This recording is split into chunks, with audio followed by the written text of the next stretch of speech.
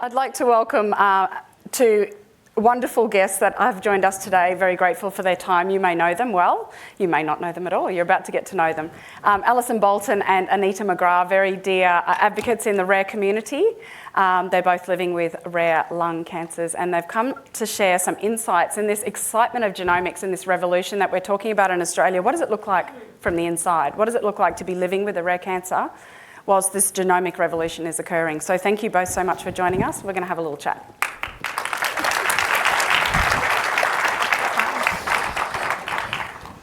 Thank you for joining us. You're both diagnosed with what would have once upon a time be recognised as a common cancer, lung cancer. If I'm not mistaken, it was at one point recognised as two different diseases, small cell and non-small cell lung cancer. Correct. What we know now is that there are in fact around about 30 different lung cancers, and some of them are tiny population subtypes, including the one that you're both living with, ALK-positive lung cancer. So thank you for adding your incredibly powerful voices to this conversation.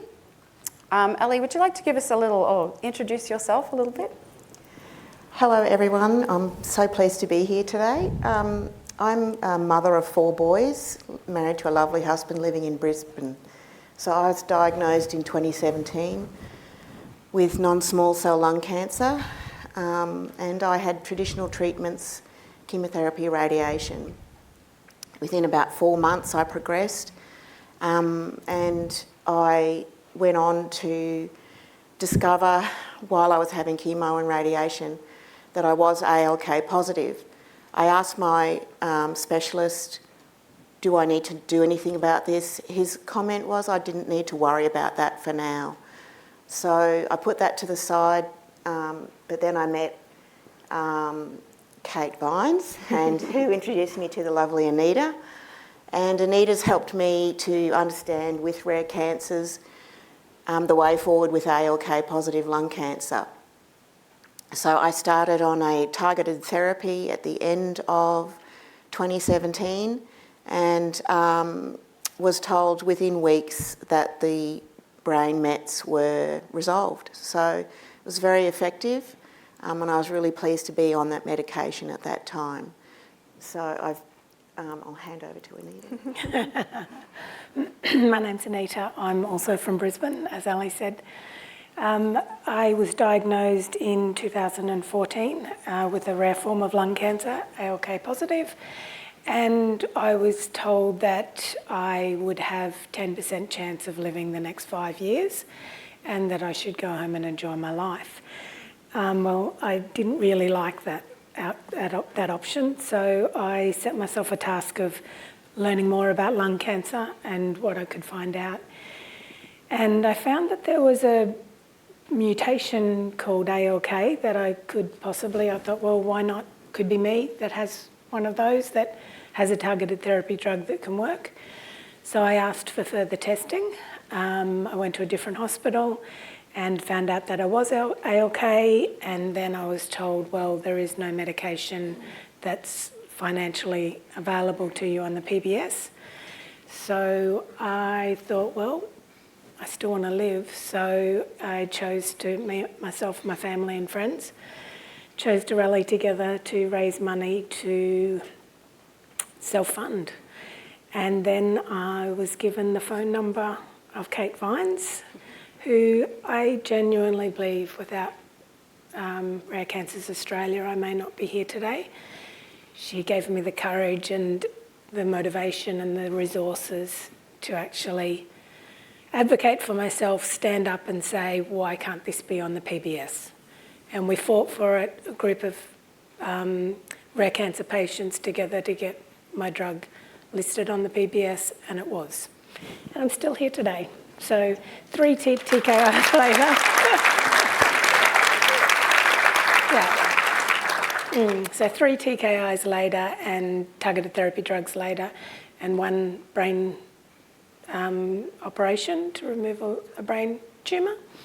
And yes, genomics has definitely helped me in my journey. So you both spoke about different journeys to get to the actual testing where you found that you were ALK positive. I know that we're all on the same page where ideally that would have happened earlier.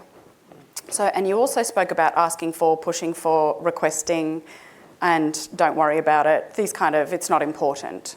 So can you tell me, you've both been diagnosed a couple of years ago. Does it look any better for the communities that you're sort of mentoring, I think, that newly diagnosed rare lung cancer patients kind of gravitate together and you're informing them and helping them, I guess, find their way? What does it look like today? What are you seeing in newly diagnosed rare lung?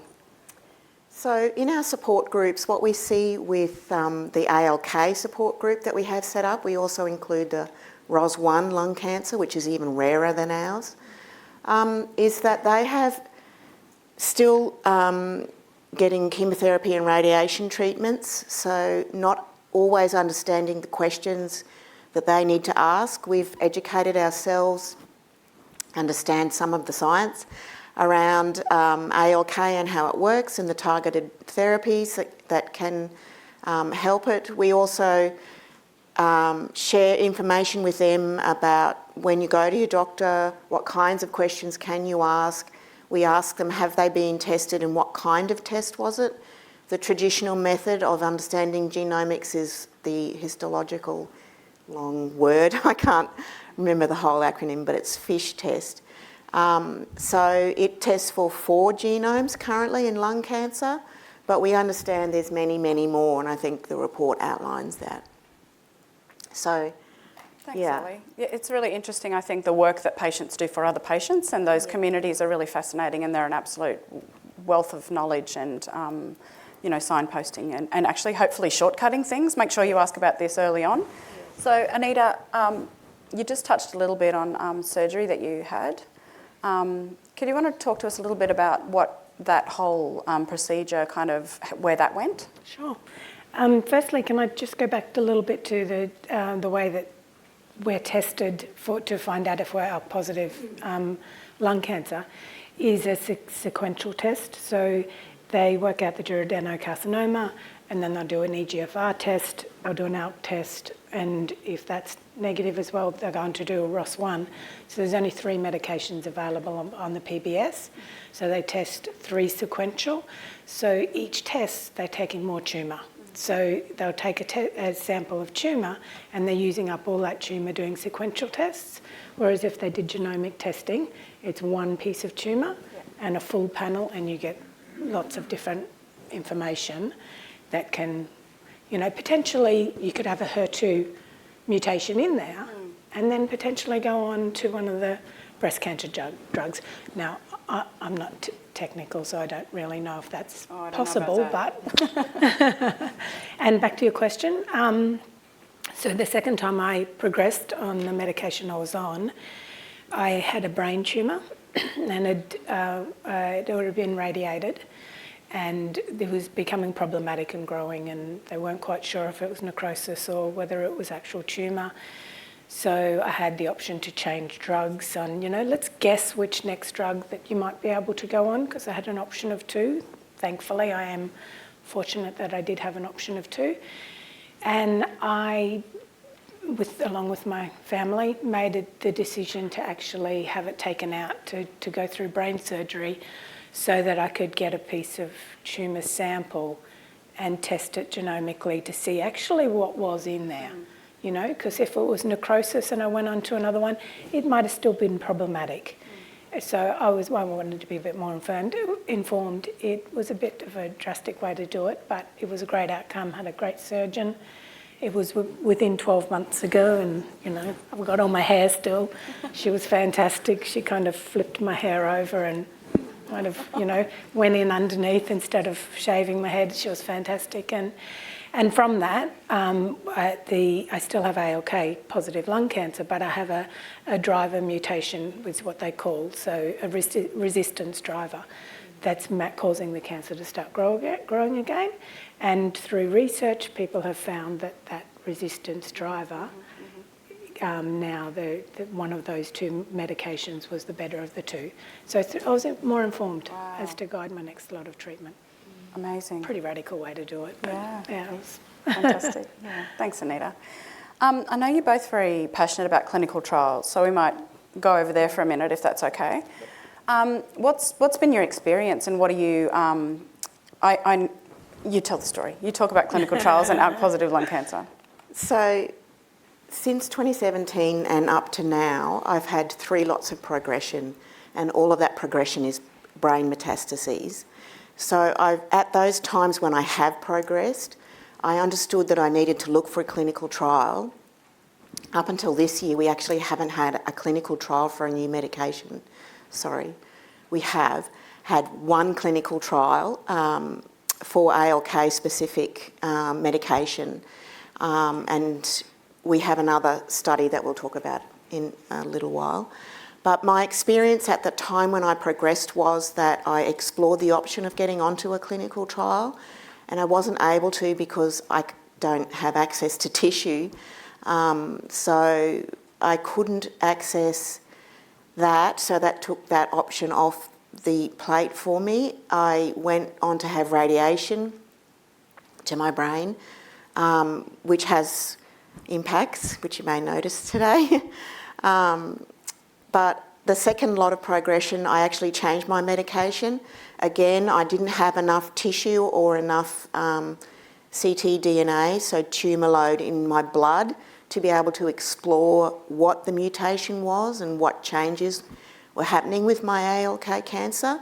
So it was a bit of guesswork, but also there was actually only the 2 drugs that Anita was mentioning before, that I chose one that the oncologist suggested. So I changed to that medication, and then I've progressed again in my brain. So I've had more radiation to my brain. And so it's been very hard at those points to try to make a decision that's informed, and I've tried to find as much information as I can through all sorts of sources, sometimes the support group. It is the doctors, but it's also finding your own information, reading journal articles, going to conferences, things like that. So I haven't actually managed to get onto a clinical trial yet, and I'd like to do that. So that's probably the next step if I do progress again. There is 1 clinical trial at the moment that uses ctDNA. Yes, so which is a good option for me. Having said that, because it's only in my brain, there's more ctDNA in my cerebrospinal fluid, so I'd need to have a lumbar puncture. And I'm not sure if I can do that just yet. I'm happy to do it, but I'm not sure if any clinicians would be offering that to me as an option. And you know that that's a procedure that's being used in the USA, you were saying? So lumbar puncture is actually a fairly common procedure in Australia for other things, and I know that there are some clinical trials for example, Alzheimer's, where they do use the lumbar puncture. So there are participants who are willing to do that, to get onto clinical trials to examine what's going on in their brain. So it's a good way to work it out. Absolutely. Yeah. Anita, what's your experience been like with clinical trials and accessing new medicines? With the brain surgery that I had, that's how I was able to afford to get the testing done. Well, I didn't have to pay for it because I went through a clinical trial. So I was very fortunate to get on a clinical trial to get that tested. My experience in the beginning, there were a couple of clinical trials open, but none that were available to me through circumstances. But can I just touch on clinical trials? So as a group of ALK patients, we have a quite proactive, strong network of advocates. And we also have some very good clinicians around the country. And one particular clinician who's passionate about ALK-positive, we collaborated. So a group of ALK patients collaborated with a group of clinicians to come up with our own DynaMALK trial. It's probably more a study than a trial, but nevertheless, we approached pharmaceutical companies, or the clinician approached pharmaceutical companies to fund this clinical trial, and they were interested in one arm of newly diagnosed patients only, and we said, well, you know, it's to do with blood biopsies. We'd like to be a part of that as well. So in collaboration, we created arm 2 of the trial and self-funded it. So we went out there to the public, family and friends and organisations to try and raise $130,000 so that we could be, people who'd been diagnosed before could get access to arm B of this trial. And people like Rare Cancers, the Lung Foundation of Australia, the Thoracic Oncology Group of Australia rallied in, donated substantial amount of money as well as all our family and friends and raffles and whatever we could do to raise the money. So sometimes it's worth looking outside the box for clinical trials as well. I think it's such an incredible example of consumer-led activity based on what really matters to the community. I think that's quite profound. Very happy to support that, and I hope it goes very well. So it's open now. It's open now? Royal North Shore and Peter Mac.